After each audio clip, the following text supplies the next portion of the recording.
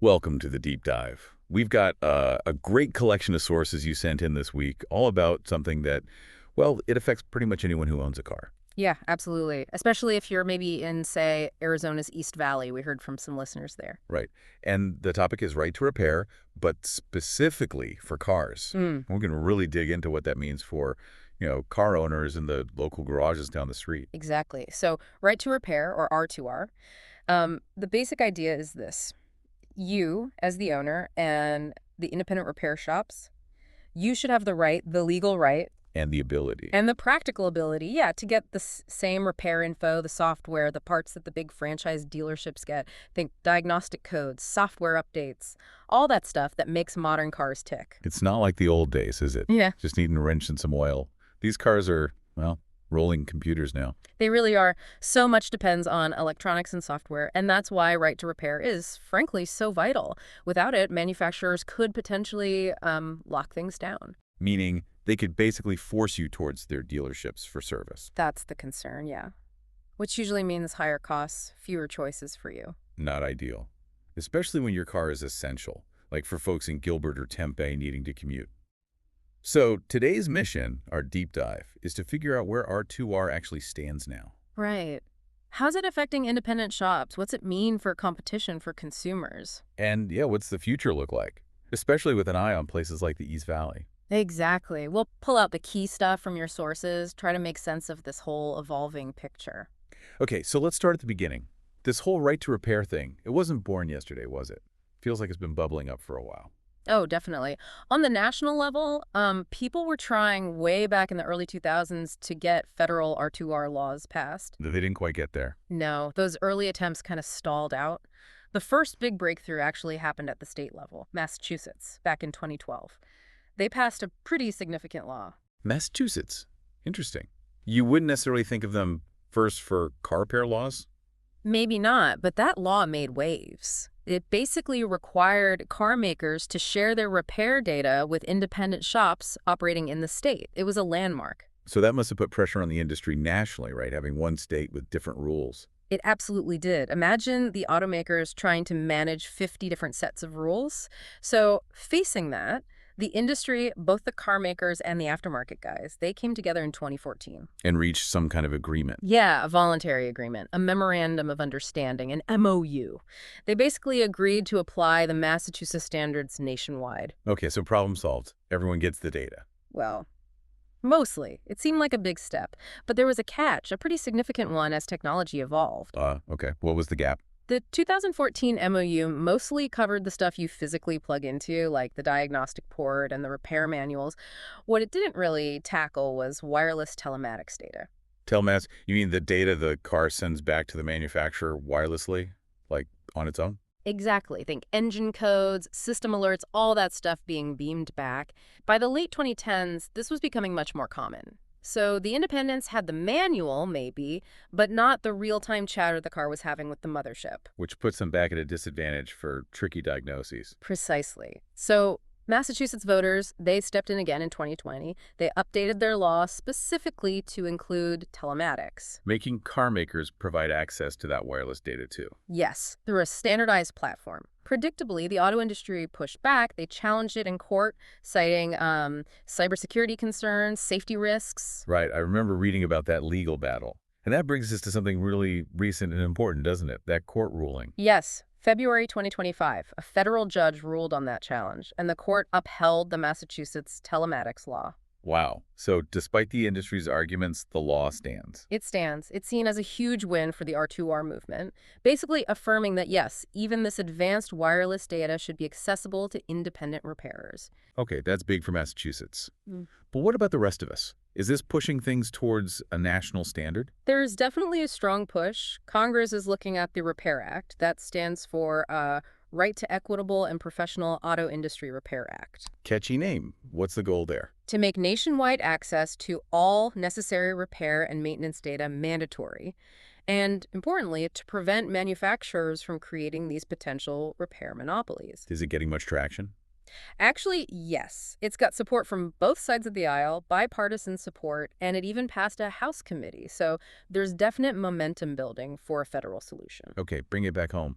What about Arizona specifically? You mentioned the East Valley earlier. Right. Arizona doesn't have its own state-level Automotive R2R law right now, but remember that 2014 MOU? The voluntary agreement. Yeah. Consumers and shops in Arizona still benefit from that.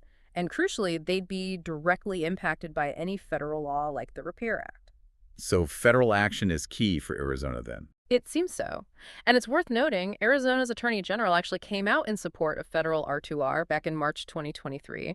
Mentioned consumer rights, competition, the usual arguments. Interesting. So even without a state law, the principles are definitely in play there. Mm. Okay, let's shift gears a bit. How does this lack of, let's say, guaranteed access really hit those independent shops, the ones we might use in our neighborhoods? It hits them hard. I mean, imagine running a shop and a newer car comes in and maybe throws a weird code. If you can't access the specific diagnostic info or the software update needed to fix it, You're stuck. you're stuck. You might have to turn that customer away, send them to the dealership. And the numbers, they really paint a picture here. Okay, lay them on me. What's the data show? So a 2024 survey by the Auto Care Association found that 84% of independent shops see access to vehicle data as a top concern. Wow, more than finding techs or parts costs. Even more than those, yeah. Which tells you how fundamental this is. And get this, 63%, almost two-thirds, said they face trouble daily or weekly making routine repairs just because they lack the digital info from the manufacturers. Daily or weekly. Oh. That's constant frustration. It really is. And it's not just about the superplex jobs, it's affecting everyday stuff. Think about the mechanic who's great with older models or specific brands. Their expertise is being sidelined by data access issues. And what's that mean for their business? Are they actually losing customers? Definitely. The survey showed 51%, just over half, refer up to 5 customers a month to dealerships, specifically because they lack the data or the tools. 5 customers a month. That adds up fast. It really does. That's lost income, lost relationships. They might lose that customer permanently to the dealership network. And we're not talking small amounts of money overall, are we? Not even close. Estimates suggest independent shops nationwide lose something like $3.1 billion in business annually because of these data access limitations. $3.1 billion. That's staggering. That's hitting local businesses everywhere. It is. The ones you might rely on for, fair prices and good service. Can you give us a concrete example, something we could picture happening, say, in Mesa or Chandler? Sure, okay. Imagine a good independent shop, let's say in Mesa. Customer brings in a fairly new car, maybe an SUV, with all those advanced driver assistance systems, IDS they call them. Like the automatic braking, lane assist, that kind of thing? Exactly. So maybe the car needed a wheel alignment, a pretty standard job. But after the alignment, those ADS sensors often need recalibration, very precise work. Okay. Now, without robust R2R, that Mesa shop might not have the latest software or the specific procedure from the manufacturer to do that recalibration correctly. So what happens? They might have to tell the customer, look, we did the alignment, it's perfect, but for this sensor recalibration, sorry, you got to take it to the dealer. Ugh, that's frustrating for everyone. And a lost opportunity for the shop. Totally. Lost business, but we lost trust. And think about it. ATAS is safety critical. If it's not calibrated right, that's a potential risk on the road. Shows why having the right data is so important. That really drives it home. Yeah. Okay, so if Right to Repair gives these independent shops the tools they need, how does that change the game competitively against the dealerships? Fundamentally, it levels the playing field. When independents have the same data, the same diagnostic capabilities, they can genuinely compete for almost any repair job. Which should mean more choices for us. Exactly. More choices, potentially better prices, better service. And we're actually seeing trends already pointing that way. People are choosing independents more often. Really? I sort of assumed dealerships had a lock on newer cars at least. That used to be more the case. But look at the numbers. Back in 2013, dealerships did about 25% of all repair visits. By 2023, that dropped to around 20%. So a noticeable shift away from dealers. Yeah. Where are people going instead? Independent garages, tire shops, other aftermarket places, and even for those newer cars under 3 years old. Back in 2013, over half of those owners went to the dealer. By 2023, it was down to about 35.8%. Wow. So even warranty-age cars are going elsewhere more often. Why the change? What's drawing people to independence? 2 big things usually. Convenience and cost. Your local independent might just be closer, easier to get to, and often they're cheaper. Makes sense. And industry folks predict that strong R2R laws will just accelerate this trend. Guaranteed access to data boosts the aftermarket's ability to compete fair and square. And the cost difference, you mentioned that. Is it significant? It generally is, yeah. On average, consumers spend about 36% more at a dealership service department compared to an independent for similar work. 36%. That's quite a difference. It adds up. So R2R helps keep that competitive pressure on, stopping folks from being cornered into potentially higher dealer prices. One analysis even suggested that without strong R2R, consumers could be paying an extra like $100 billion nationwide because of that lack of competition. 100 billion. Wow. But it's not just price, is it? People often talk about trusting their local mechanic. That's a huge factor. Yeah. Absolutely. Surveys consistently show people rate independent shops higher on things like honest service, fair pricing, knowledgeable staff, just overall reputation. Interesting. I saw a Consumer Report study mentioned. Yeah, Kelly Blue Book highlighted it. Independents scored better on those trust factors. Hmm. Dealerships, they tended to score lowest specifically on cost. So it really feels like right to repair is less about some technicality and more about, well, consumer freedom and access. That's a great way to put it. It enhances your access. It lets you choose based on convenience, price, trust, whatever matters most to you, not just who happens to have the manufacturer's proprietary scan tool. Like that driver you mentioned in Apache Junction with the check engine light. Exactly. With R2R, they can pop into their trusted local shop instead of feeling forced to trek to a dealership maybe miles away just because of a technological barrier. And the cost saving, that 36% average, that's immediate. But does it have longer-term financial impacts too? It definitely can. Maintaining that competitive market helps keep all repair prices more reasonable over time. But there's another angle too, deferred maintenance. Meaning people putting off repairs. Yeah. If your only option feels like an expensive dealership visit, you might be tempted to just let that weird noise go for a while or ignore that warning light. Which is obviously not great. Not great at all. It can lead to bigger, more expensive problems later or even make the car unsafe. Having affordable, accessible, independent options, thanks to R2R, helps prevent people from delaying necessary work. That's a really important point. Okay, so zooming out a bit, what are the big picture trends in how we own and use cars? And how does R2R fit into that? Well, one huge trend is that we're keeping our cars way longer. I've heard that. The average age keeps going up. It does. It's hit a record high 12.6 years on average for vehicles on U.S. roads. 12.6 years. Yeah. And get this, 70% of all cars and trucks out there are over 6 years old. So way past the typical warranty period. Way past it, which means there's this massive growing market for repairs outside the warranty system. That's prime territory for independent shops. And R2R becomes critical for them to be able to actually fix those older but still complex vehicles. Absolutely essential. They need the data for cars that might be 8, 10, 12 years old, but still have sophisticated electronics from their time. And people aren't necessarily rushing to replace these older cars either. Right, people are fixing them up instead of buying new. We're seeing a lot of that. Maybe it's the economy, maybe cars just last longer now, maybe people just like their car, whatever the reason, they want to keep them running. And they often prefer their local mechanic to do that work, as we discussed. Exactly. That preference for the service, the trust, the price at independent shops is well documented. So R2R enables those shops to meet that existing customer demand for servicing older vehicles effectively. It all seems to tie together. But, okay, right to repair sounds crucial, but I imagine it's not a silver bullet, right? Independent shops must face other big challenges too. Oh, absolutely. R2R addresses the information access problem, which is huge, but it doesn't solve everything. One massive challenge is just keeping up. With technology. Yeah, the sheer pace of change in cars is incredible. Complex computer networks, ADS, connectivity.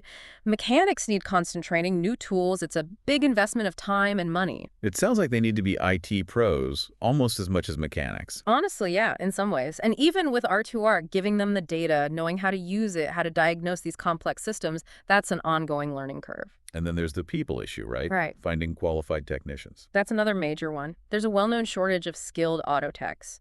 Fewer young people are coming into the trade, experienced techs are retiring. It's tough for shops to find and keep good people. We hear about labor shortages everywhere. Makes sense it hits auto repair too. Definitely. Plus, the usual business challenges, parts availability, cost fluctuations, maybe sometimes needing to convince customers they can handle complex jobs just as well as a dealer.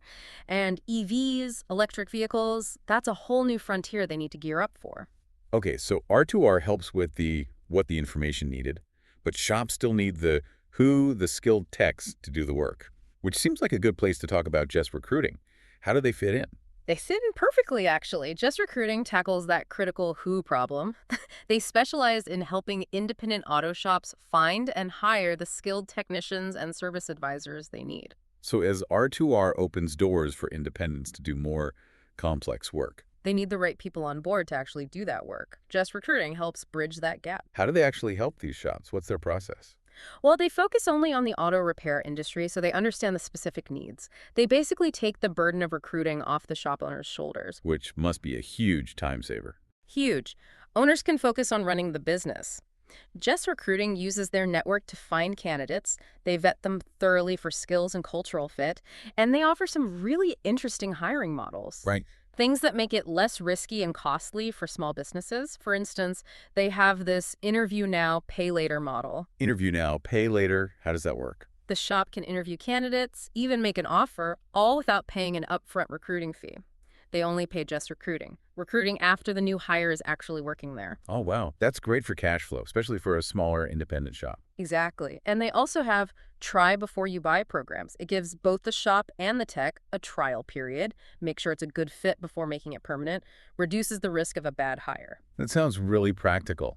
And presumably they focus on finding techs with the skills for modern cars. Yes, absolutely. They connect shops with technicians who know their way around advanced diagnostics, electronics, even EV service as that grows, making sure the shop can actually use the data R2R provides. Because having the manual doesn't help if no one can read it, basically. You got it. You need the skilled hands and minds to apply the information. Does Jess Recruiting offer anything beyond just finding people? They do. They provide industry insights, consulting, things like wage analysis, so shops know if they're offering competitive pay to attract and keep good people. That's vital in a tight labor market. It really is. And they also help shops think about long-term solutions, like setting up mentorship programs, creating career paths within the shop, stuff that helps reduce turnover and build expertise over time. So it's more than just filling a job opening. It's about building a sustainable workforce for these independent shops. Precisely. Think of it this way. Right to Repair helps ensure the independent shops can compete technologically. Just Recruiting helps ensure they have the people to actually win that competition. Well, this has been incredibly informative, a real deep dive, like we said, into Right to Repair. Just to wrap things up, can you maybe recap the core importance here? Why does this matter so much? Sure. Simply put, Right to Repair is fundamental for a fair auto repair market. It helps independent shops survive and thrive by giving them access to necessary information. And for us, the car owners. It means more choice, more convenience, and likely lower costs when we need repairs. It stops us from being locked into potentially just one, often more expensive, option. And we've definitely seen progress, haven't we? Massachusetts leading the way, that recent court win, the push for federal action. Yeah, the momentum is there. The Massachusetts telematics ruling was significant. And seeing bipartisan support for something like the Repair Act federally suggests a growing recognition that this is important for everyone. It really empowers those local garages, the ones many people trust, to keep up with the technology curve and offer a real alternative. Exactly. And services like Just Recruiting are playing that key supporting role, helping shops overcome hurdles like the technician shortage so they can actually seize the opportunities R2R creates. So it leaves you thinking, doesn't it? As cars get more and more complex, almost like computers we drive, how will the ongoing fight for right to repair shape your experience getting your car fixed down the road? And what does it mean for the future of those local businesses we depend on? Something definitely worth considering next time your check engine light comes on. Thanks for exploring this with me today.